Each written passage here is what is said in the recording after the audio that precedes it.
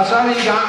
Det vi dyster på her i semifinalerne, det er hvem af klipperne, der hurtigst har klippet 3 får. For de skal jo klippes, som man ved, en gang om året, og her har vi gjort det til en konkurrence, men der er ikke fejl af, at det her det er til dyrenes bedste. Vi har en dyrlæge for dyrenes beskyttelse til stede her i dag, der kan sikre, at alt det foregår, som det skal. Og selvom der bliver taget lidt på dyrene, så tror man, de synes, det er rigtig, rigtig dejligt at slippe af med alt det ud, det render rundt på ryggen, så nu er vi færdige. Det handler ikke kun om hastighed, det her. Så det er der, hvor der går et par hvidkæmpede herrer op på podiet. De følger med, ser om det går forskelligt til, også dyrevelfærdsmæssigt.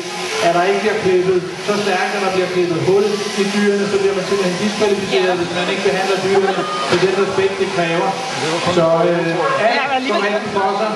Og de herrer, der er her som dommer, er faktisk nogen, vi har fået fløjet ind fra England for at sikre, at det går rigtigt til. Så lad os se, hvordan går det så med konkurrencen. Det ser ud som om, det kører rigtig lige mellem Christer heroppe foran og Karl nede bagved. Og Mick, han er også, jamen han er fuldstændig med også, sådan som man næsten lige som det er nu. Så har vi lidt brætteri her, Christer har til at holde hans form, som de kan se ned af forbenet på den side, der mangler at blive klippet. Og hvem er længst fremme? Jamen det ser ud som om Christer han fører ganske svagt foran Karl her. Og med Mick lige rundt efter dem. Og det her kan vi se. Nu er Christer færdig, men han skal første får samtidig med Karl. Det er hvad vi kommer bedst ud. Karl er hurtigt ud og fat i sit. Fat i det. Og starter maskinen og begynder at klippe, sådan så han kommer lidt for bedre på start end Christer. Alt imens der bliver Mick færdig med hans første. Sort for ud her kommer han med det næste. Og vi ved fra tidligere år, at Mick han gør det godt. Han plejer at holde den høje tempo hele vejen igennem klipningen. Ikke noget, men han går ned på det sidste og tredje for. Så det er der ikke noget, der er afgjort her endnu. Karl, det går over stok og sten for ham. Han kører derude af det her, det går rigtig godt. Der er ikke nogen problemer. Dyret følger også godt med, ikke for meget sprætteri. Spørgsmålet er, om han kan holde de 2 andre bag der. Forløbet der til det i hvert fald ud, som om at Karl han har taget føringen. Christer tæt bagpå. Nu ser det faktisk ud som om Mick, han er begyndt at røre på sig og køre forbi Christer. Han er tættere på Karl nu. Men det er endnu for tidligt at sige noget som helst. Der er lige den detalje, at dyret også har noget at skulle have sagt. De kan finde på at sprælle lige pludselig, eller klipperne de skal bruge lidt ekstra tid på at berolige dem og holde dem, sådan så at de arbejder med, så at sige, fordi det er vigtigt, at de gør det. Ellers så er det, at man måske kommer til at blive hul i dem for meget, og dommerne er nødt til at gribe ind. Det er ikke set nu her, og det plejer det ikke at se her ved Danish Open, da det er meget rutineret folk, der stiller. Men hvad så? Der er sket hernede allerede, vi er færdige med nummer 2, og der er taget hul på det 3. og sidste for. Og hvordan går det der? Så er der Mick færdig. Jeg kan altså se, at der er 4 får i hver boks den her gang, når vi er røget videre til semifinalen, så det er ikke 3 får, der bliver konkurreret på. Det er hvem, der hurtigt skal klippe 4. Og det gør det jo selv så ikke nemmere, at man skal være udholdende og gøre det lige igen, der koncentrerer det hele vejen igennem. Fordi tro mig, mine damer og herrer, det her det er altså noget, som kræver kræfter og lige så høj grad teknik. Så spændende at se, hvem der bliver først færdig. 4 får skal der klippes per mand. Og de kan jo prøve sådan lidt for dem selv efter tid på at se, hvor lang tid der bliver brugt i sidste for. Men det kører i hvert fald helt forrygende for Karl heroppe. Læg mærke til hernede langs ryggen, hvordan han får rigtig meget af på hver strøg, han kører. Og det går også godt heroppe langs forsiden. Jeg synes godt, vi kan give dem en hånd, mine damer og herrer. Prøv at lægge mærke til, hvor hurtigt det går, hvor hurtigt det konkurrerer. Der bliver altså virkelig gået til den her, for at give til også godt show. Hvem er det, der skal slippe af? Hvem skal vinde den første semifinale og gå videre til finalen?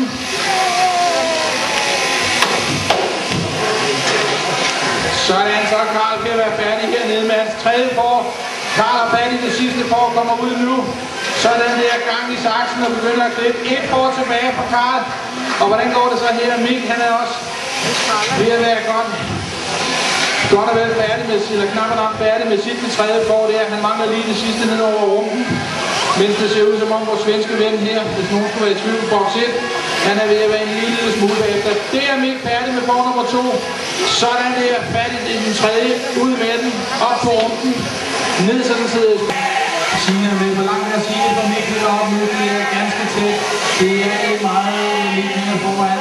Det er det, vi kan nå at hente, hvis det lige er ude på, at det begynder at spejle. Det er Rune færdig, han får nummer 2 og går i gang, det får nummer 3. Sådan nemmer her, siger der ikke er gået til stål i det her. Det er rigtig, rigtig flot, det vi ser i øjeblikket. Jeg synes, vi skal give dem en stor hånd på det her, mine damer og herrer. Giv dem en hånd på det her. Vi kører derudad. Snart er der altså klippet 3 år på mindre end 5 minutter. Det er en helt forrygende.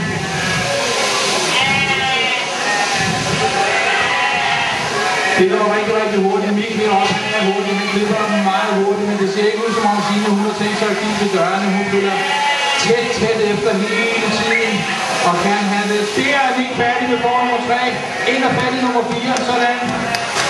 Så begynder Signe at få en lille smule problemer. Er det trætheden, der melder sig, eller er det bare forholdet, der er lidt irriteret? Sådan det er Mikkel i gang med at køre det. Signe kører på. Kom så Signe. Se, det er det. Det er ikke muligt nu. Og du kan i hvert fald, hvis du kæmper for det, holde storebror bagved dig. Og det irriterer ham. Så der bliver kørt på. Man ser Mikkel heroppe foran. Han kører bare derudad. Det var sådan, at Signe færdig med inden for nummer 3. Og færdig på nummer 4. Så er det nu, hvis du skal nå at hente Mikkel. Han er ikke meget foran. Det kan godt lade sig gøre. Og under alle omstændigheder, så er det ikke mere foran, men det vil være med til, hvor mange point, eller minuspoint, dommerne giver, kan have indflydelse på hvem der vinder. Hernede ser Rune ud til at være færdig. Ja, mine damer og herrer, alle 3 klipper er nu i gang med deres 4. og sidste for. Spændende at se, hvem der vinder. Mikkel er en anelse foran Signe, men det er ikke noget, der er afgørende. Der er meget, der kan se nu. Rune kører på. Sådan, jeg synes, vi skal give en tak. Pas ret her i efter sidst. Skal vi se, skal Mikkel køre hele vejen hjem. Han er ved at være på det sidste der. For det er han. Så er han mega færdig med hans for nummer 4. En helt utrolig sluttur, hvor han kører fra. Men Signe, hun går, så du havde det på ham. Rune og Signe, hvem skal det være? Stormor eller lille søster? Ikke nogen tvivl om, at Signe, hun vil høre lidt der. Rune, han har lidt problemer med foran. Det er ikke helt, som han vil. Men det kommer det nok til sidst. I hvert fald, der ser det ud som om her. At Signe, hun er ved at være klar til at være færdig. De sidste strøg ned over det, og sådan her. Yes! 1, 2, 3, 4, så er Signe også færdig med hendes 4 år. Sådan. Nummer 2, nummer 10 i hvert fald. Rigtig godt gået, og så er der Rune tilbage. Giv ham en hånd, mens han klipper det sidste færdig, mine damer og herrer.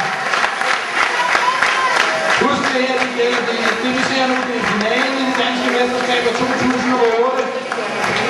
Og vi har vinderen, så snart dommerne er færdige med at vurdere, men det vil blive annonceret senere, hvem der har vundet. Det er ikke afgjort endnu. Men Mikkel, han ligger i hvert fald godt til efterfulgt af Signe og Rune på 3. pladsen her.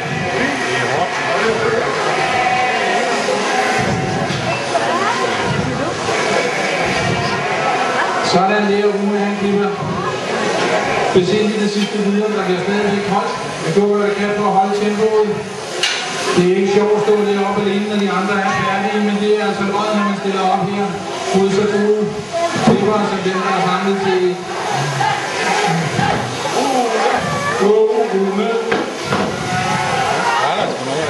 Sådan.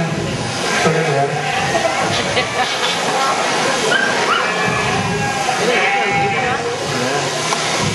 Ja, mine damer og herrer, finalen er ved at være færdig. Jeg synes, vi skal slutte af med en klapsalve for den, der er stillet op til det, jeg givet os lidt slå.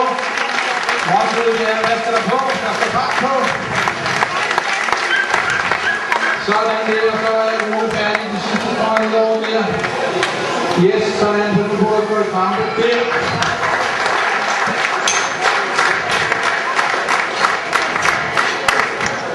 Så mine damer og herrer, skal dommerne lige votere. De skal lige hen og se dyrene efter en ekstra gang og se, om alt er, som det skal være, og hvor mange minuspoint, der skal dækkes ud for fejl i klipningen. Og imens det sker, så gør vi klar til en semifinale og finalen i Danish Open. Og der er vi tilbage lige om et ganske kort øjeblik, så ingen grund til at forlade hallen. Vi klipper videre om et ganske øjeblik.